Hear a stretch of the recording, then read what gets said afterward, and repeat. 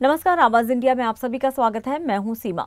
महाराष्ट्र की राजनीति में एक और नया तंज अब सुर्खियों में है। 50 खोके एकदम ओके के बाद अब शिंदे गुट के खिलाफ विपक्ष ने नया नारा चुना है, चड्डी बनियान गैंग।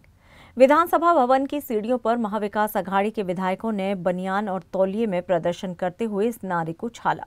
प्रदर्शन का मकसद था भ्रष्टाचार और शिंदे के मंत्रियों की कथित नैतिक गिरावट पर सवाल उठाना। दरअसल हाल ही में एक वीडियो वायरल हुआ था जिसमें शिंदे गुट के कैबिनेट मंत्री संजय शिरसाट बनियान में नोटों की गड्डियों के साथ अपने बेडरूम में नजर आए थे। वहीं विधायक संजय गायकवाड़ का वीडियो सामने आया जिसमें वे तौलिया और बनियान में कैंटीन कर्मचारी की पिटाई करते दिखे। रायगढ़ के विधायक भरत गोगावले भी पूजा के दौरान तौलिया लपेटे नजर आए थे। वहीं 2 दिन पहले ही शिवसेना उद्धव गुट के विधायक आदित्य ठाकरे ने विधानसभा में चर्चा के दौरान चड्डी बनियान गैंग का नाम लेकर शिंदे गुट पर सीधे निशाना साधा था। अब खुद उद्धव ठाकरे भी सार्वजनिक मंचों से इस नारे को दोहराते नजर आ रहे हैं, जिससे ये तंज चुनावी मुद्दा बनता दिखाई दे रहा है। मुख्यमंत्री महोदयांबरोबर आहे, त्यांचं युती धर्म त्यांना पाळणं गरजेचं आहे।